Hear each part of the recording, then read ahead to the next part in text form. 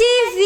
Makaterera kudai so ndiyo Kulian TV yacho patinokupai nhau ma-updates nezvinhu zvakasiyana-siyana zvinenge zvichiitika munyika yekwedu. Kana uchingatosvika panapa iri first time yako, gara watijoina kunge city nekungosubscribe because nyaya dzandinadzo dzandiri kuona nhasi panapa ndiri kusangana nenyaya yekuti Lovemore Matuke vasangana na VP Chiwenga for the first time kubva musi uya wePolitburo. Musi wePolitburo zvakaitika, we all know kuti Matuke vakauya vakasumuka vachitaura kuti zvoni iwo VP Chiwenga iwo uri kuratidza ma-interest ekuti utodawo chigaro cheupresident.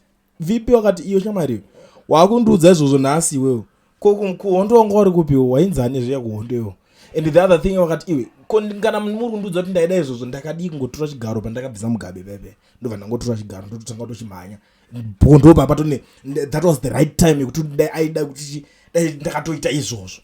So kubva ipapo vakomana kutaura kwavo kutori kushoma, hakuna kana ari kumbofonerana kana kumbodya vese zvekuti vanombomhoresana kuti asei. And the bad news about Matuke is that pari kunzi aroda kureplacekwa naOwen Muda, and you know kuti Muda is a senior in terms of nyaya dzekushandira ED Mnangagwa, because iko zvinezvi tikada kutarisa famu raED Mnangagwa raainaro rinonzi pick up farm kwaitirwa mameeting chegore riya, meeting after meeting pachironga zvairongwa. Famu iroro rakatorwa naOwen Muda, ndo malieutenant aED wayo. Ana Matuke vangoriwo vafanirwa vekuti vangoriwo loyawo zvelevel ravo but havazosvike pane vanhu vakaita sana Owen Muda, especially kana padonya utorwa matask ezvinhu zvine zvida kuzoitika. And list lacho rakakura, tinoona vakawanda vari kunzi varoda kubviswa muzvimabasa the likes of ana General Valerius Banda. Why? Because ari kunzi task iripo yacho, he is too professional for that.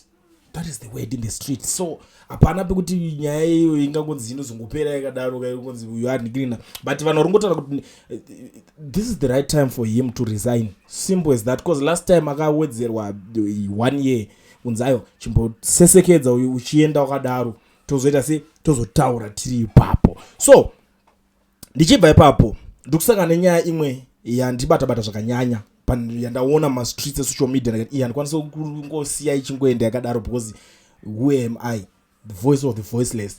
Pane musikana uyu ari kupopota, ari kurwadziwa, even nini ndatoshamisikawo kuti zvinhu zvakadai so izvi zviri kuitika, ende pobva pachishayikwa anomira achidairawo nyaya yakadai so. Inzwai zvaari kutaura. Kune munhu akavharirwa kwaMutare pasi pevhu kupena longa kwaMutare, kune munhu akavharirwa pasi nachairlady veZANU-PF. ZANU-PF yatipedza, tinoraramira kupiko. And the funny thing ndezvekuti hapana kana anything chinenge chaitika. Ukaona munhu akusvika pakunotaura nyaya paTikTok, ini zvangu ndambotaura takati alright, ngatiti munhu ari kunzi afushirwa pasi nechi-excavator na-so called chairlady wacho weZANU-PF. Something must be done. Unofanira kuziva kuti akafushirwa nechepapi.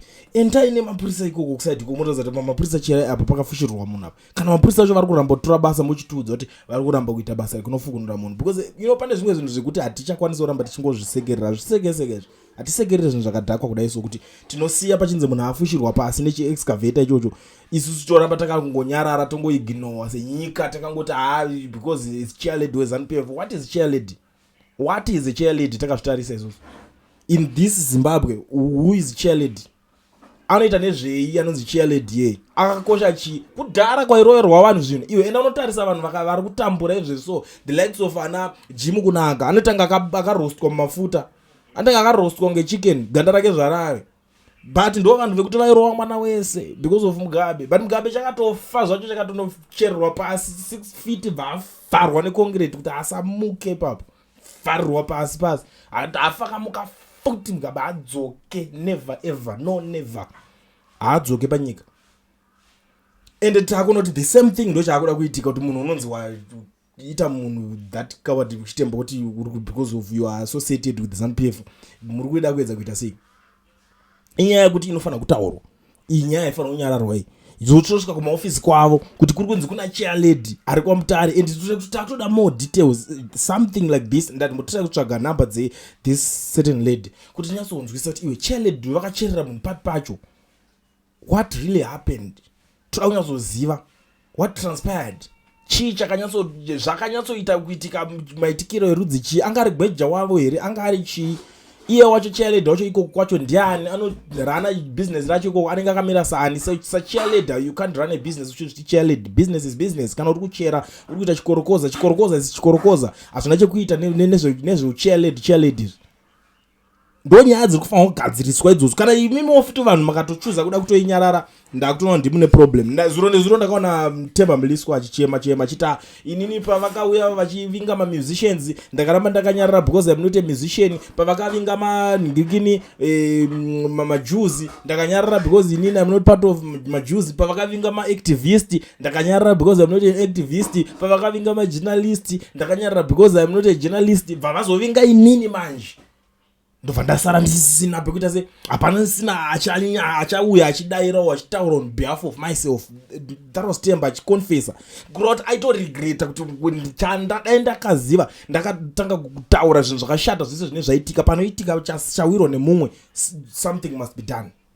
Ndo zvimwe zvezvinhu zvatinochitaura mazuva akaita seaya situations akaita seidzidzidzi ndopetichiti something must be done. And hatimboseke tine tichitopupuma kunge skadi tichitopupuma kunge chibuku hatitomboite kunge doro rapisa tinge tichida kubuda furo ndizvozvo.